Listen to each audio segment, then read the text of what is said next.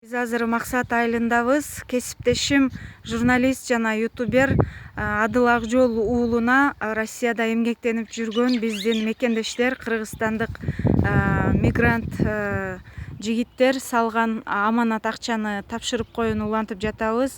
Азыр бул жерде Руслан аттуу 15 жаштагы жигит жана анын атасынын бир тууган иниси Момун аттуу агабыз бар.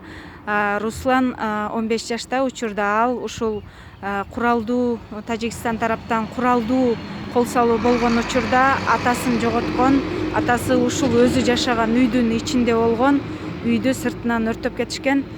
Аманатты азыр ушул Русланга тапшырып койсок, Русландын апасы азыр ооругандыгына байланыштуу Бишкек шаарында дарыланып жатыптыр. 3000 сом мынакей.